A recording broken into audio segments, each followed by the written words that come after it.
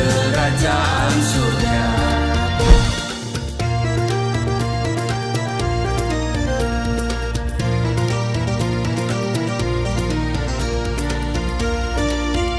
Shalom Bapak Ibu, sahabat Galilea dan seluruh subscriber Galilea Network yang diberkati oleh Tuhan Yesus. Saudara, mari teduhkan hatimu, kita siapkan diri masuk dalam hadirat Tuhan. Kita membaca, merenungkan firman Tuhan.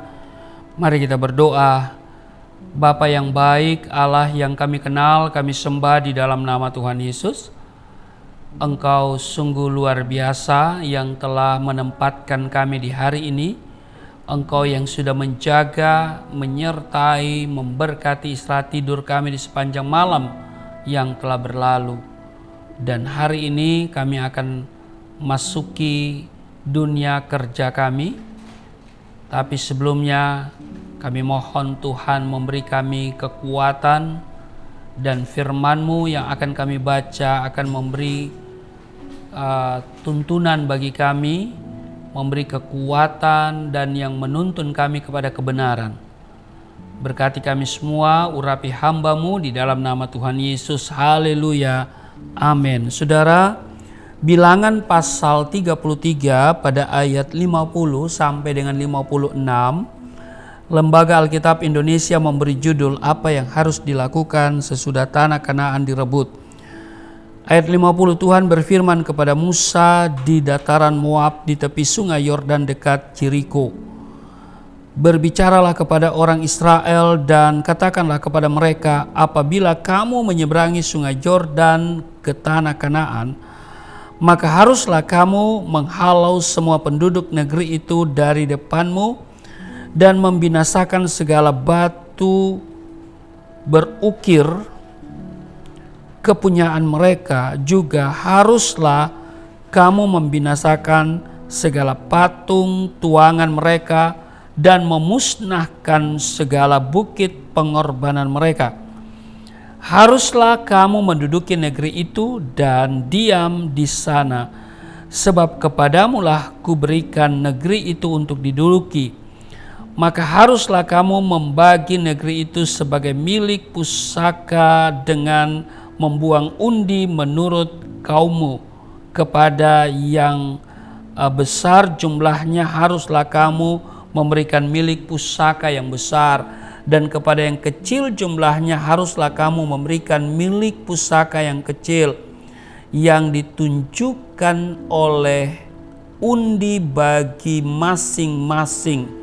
Itulah bagian undiannya menurut suku nenek moyangmu. Haruslah kamu membagi milik pusaka itu. Tetapi jika kamu tidak menghalau penduduk negeri itu dari depanmu, maka orang-orang yang kamu tinggalkan hidup dari mereka akan menjadi seperti selumbar di matamu dan seperti duri yang menusuk lambungmu, dan mereka akan menyesatkan kamu di negeri yang kamu diami itu. Ayat 56, maka akan kulakukan kepadamu seperti yang kurancang melakukan kepada mereka. Demikian pembacaan firman Tuhan dari Bilangan pasal 33 ayat 50 sampai dengan ayatnya yang ke-56. Di ayat 53 tadi ditegaskan begini, haruslah kamu menduduki negeri itu dan diam di sana, sebab kepadamulah kuberikan negeri itu untuk diduduki.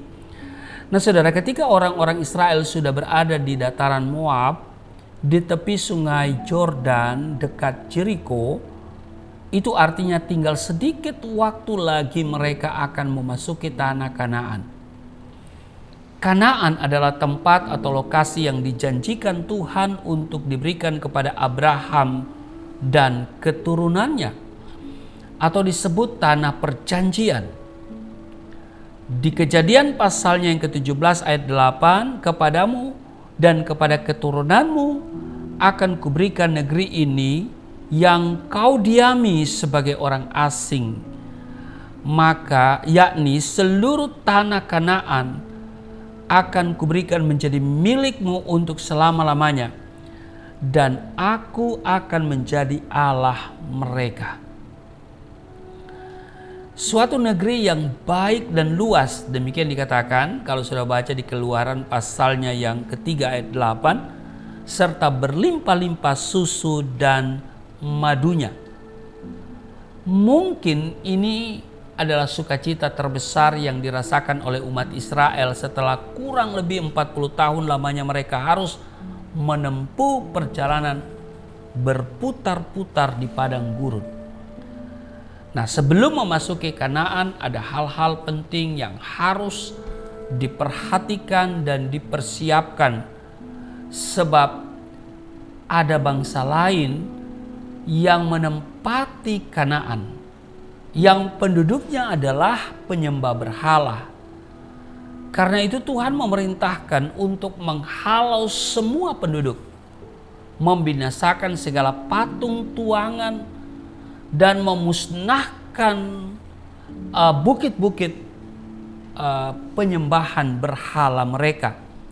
Itu tertulis dalam Bilangan 33 ayat yang ke-52. Ya, saudara ya, di ayat 52 yang kita baca tadi, saudara. Nah, mengapa demikian? Ya, di ayat 35 dijelaskan karena mereka akan menjadi seperti selumbar di matamu dan seperti duri yang menusuk lambungmu, dan mereka akan menyesatkan kamu di negeri yang kamu diami itu. Artinya bangsa yang ada di Kanaan kalau tidak ditumpas, cepat atau lambat akan membawa pengaruh negatif dan menjadi jerat bagi bangsa Israel sendiri. Terutama dalam hal ibadah. Sebab orang-orang di Kanaan menyembah kepada dewa-dewa atau berhala. Ini sangat berbahaya, saudara. Karena Tuhan yang namanya cemburuan adalah Allah yang cemburu.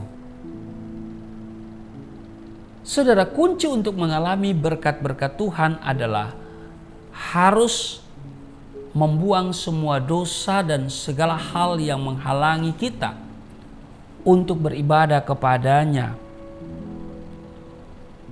Setelah itu, barulah bangsa Israel bisa menduduki negeri itu dan diam di sana.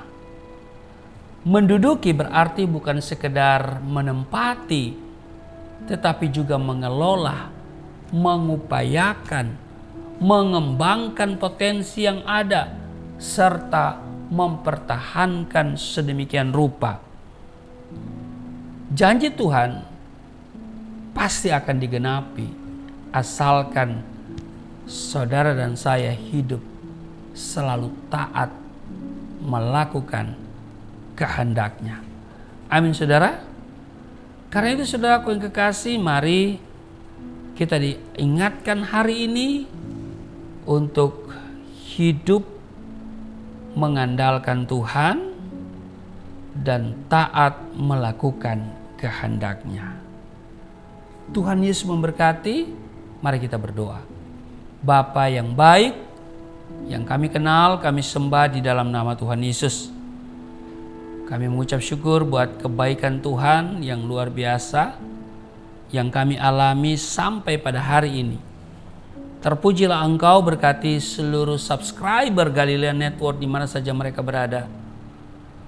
Berkati keuangan mereka, berkati usaha pekerjaan mereka, berkati suami, istri, anak-anak, mantu, cucu, mereka diberkati semua. Berkati juga apa yang mereka kerjakan selalu dibuat berhasil. Sehingga tidak seorang pun yang kekurangan, tidak seorang pun yang mengalami kehidupan yang sulit dalam segi ekonomi, tetapi selalu hidup di dalam kelimpahan. Berkati hari ini penuh sukacita, ada damai sejahtera memerintah di setiap hati mereka semua. Di dalam nama Tuhan Yesus, haleluya, amin.